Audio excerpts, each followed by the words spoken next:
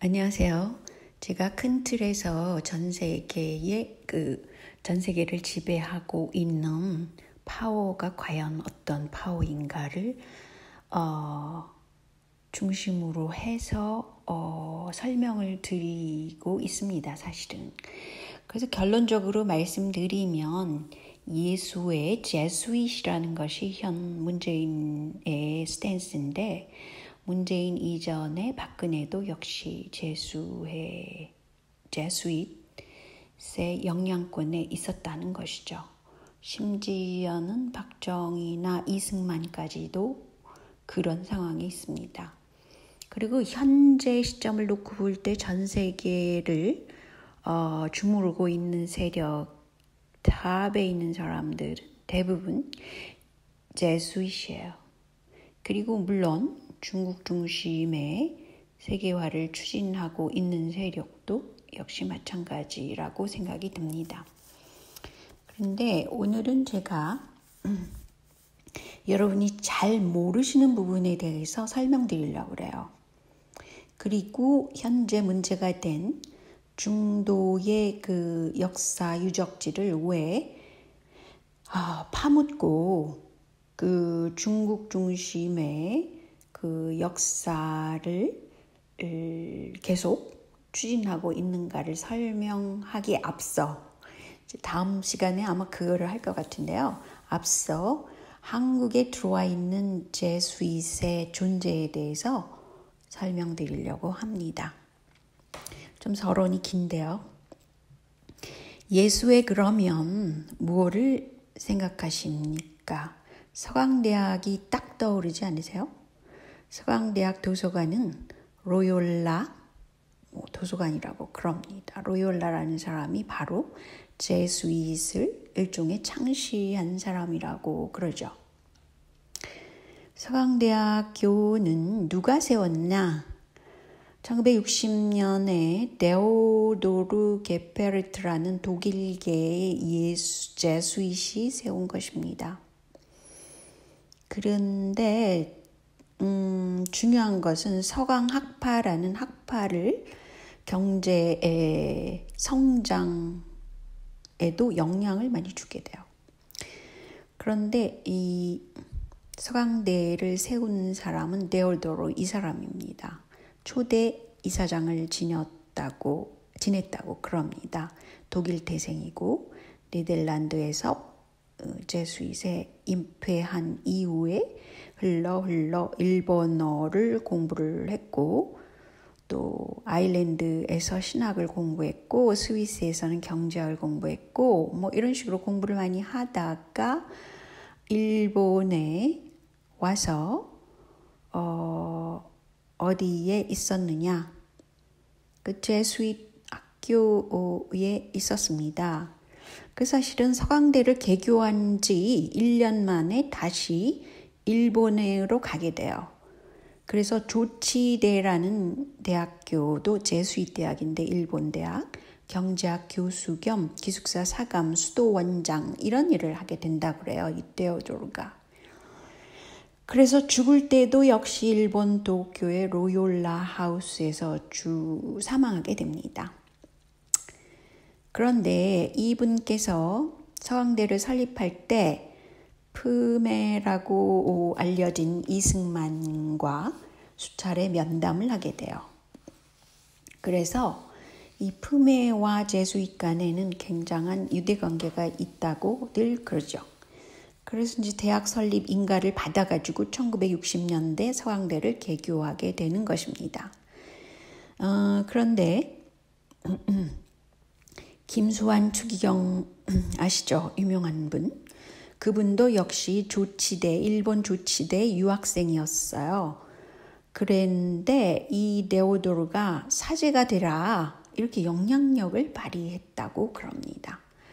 그러면 조치대라는 것이 굉장히 궁금하시죠? 이렇게 소피아 대학이라고 말합니다. 그런데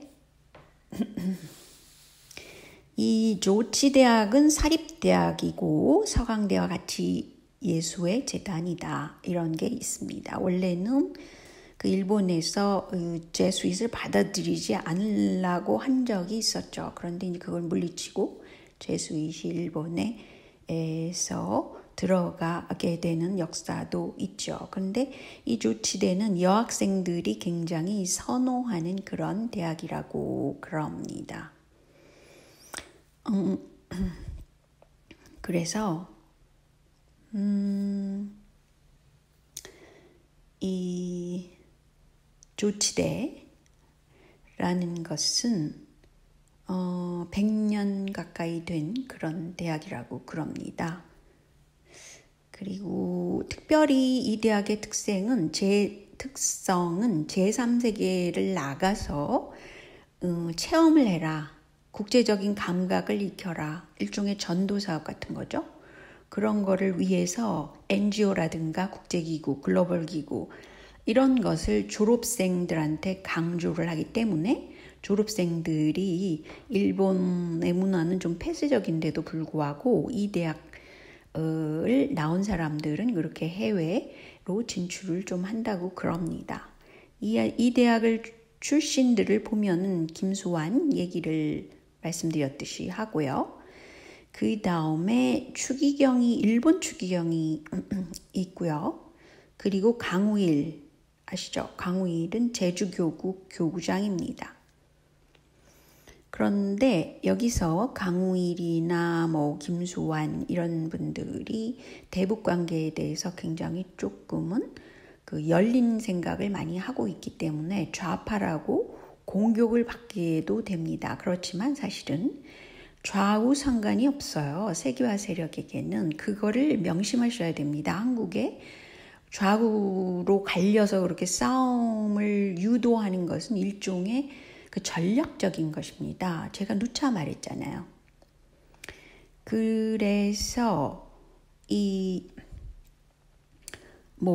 민족화해위원장을 맡고 북한과 교류를 하고 이런 분으로서 강우일 이 주교가 굉장히 눈에 띄는데 이것은 그 전략적인 것입니다.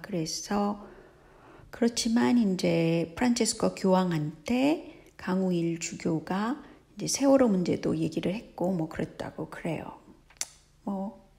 그리고 교황도 방한하게 했다고 그럽니다. 강우일 베드로 제주 교구장은 조치대학 출신인데 조치대를 나온 사람도 주목해야 되지만 우리가 서강대 출신도 흥미로운 사람들이 꽤 있습니다. 양희은이 나왔고요. 문성근도 서강대 출신이고요. 그리고 누가 있느냐? 안호상이라는 사람 아세요? 그리고 세계일보 문화분장도 있고 성한용 한결의 편집구장도 있습니다. 그런데 서강대 그러면 원래 그 개교한 사람의 역할 때문에 그런지 경제학으로 굉장히 중시됩니다. 그래서 박정희 밑에서 그 경제 성장을 이끈 서강대 출신 경제 관료 남도구를 기억하시죠? 그리고 김종인을 여기서 나오게 되는 겁니다. 이분 서강대 출신들은 대기업 중심으로 그 전형적인 성장주의를 편다고 그럽니다. 그래서 경제 성장을 주도하기 때문에 또 잘한 면도 있다라는 말 하지만 이것은 그때 한국이 경제 성장 중인 나라이기 때문에 경제 성장이 인적 자원이 받쳐주면 아주 쉬웠던 것은 사실이에요. 어쨌든 간에 고속 성장을 하게 되는 것이죠. 그리고 또한 서강대 출신으로 서금회라고 금융인 모임이 있습니다. 막강한 사조직이라고 그러죠. 그런데 여기서 이병도의 역할이 나옵니다. 이승만 씨는 사실은 프리메이슨이라고 그랬죠. 근데 이제 이분이 한국의 그 친미 성향을 강조하게 되니까 이분을 꽂아놓은 거라고 볼 수 있죠. 어떻게 보면. 근데 이제 국사편찬위원회가 설립됐을 때 이병도가 그 편찬위원을 맡게 되고 이때 민족사학자인 최태영 선생이 외국으로 나가게 되니까 이때의 이병도의 그 식민사관이 굉장히 그 학자들을 양성하게 되는 기회를 보게 되는 것입니다. 그래서 일본과의 국교 정책화라든지 이런 것을 하게 됩니다. 그래서 초대 정부인 이승만 정부 하에서는 민족주의자들이 많이 제거된다고 그래요. 현 정부에서 이것이 또 문제가 돼서 이승만에 대해서 굉장히 반감을 갖게 되겠죠. 그런데 이병도 사관에서는 단군을 상고사, 제가 중시하는 게 상고사잖아요. 이것을 철저히 말살하려고 했지만 이병도 씨가 죽기 전에는 단군은 실존 인물이다라는 얘기를 하고 그리고 사망을 하게 됩니다.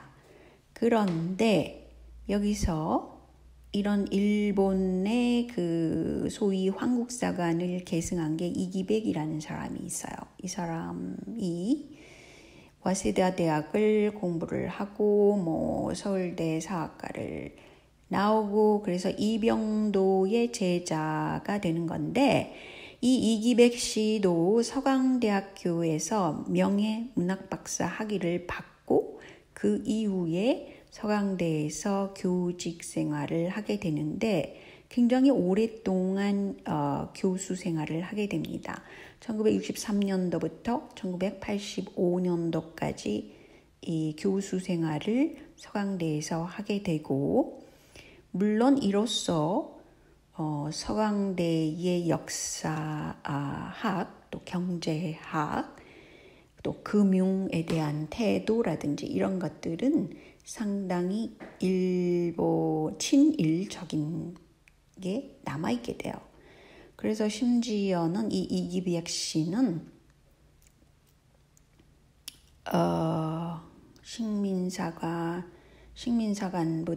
식민사관을 계속 이만희 씨류의 학문을 높이 평가하면서 이렇게 일본 학자의 학설을 계속 인용하게 된다 그래요.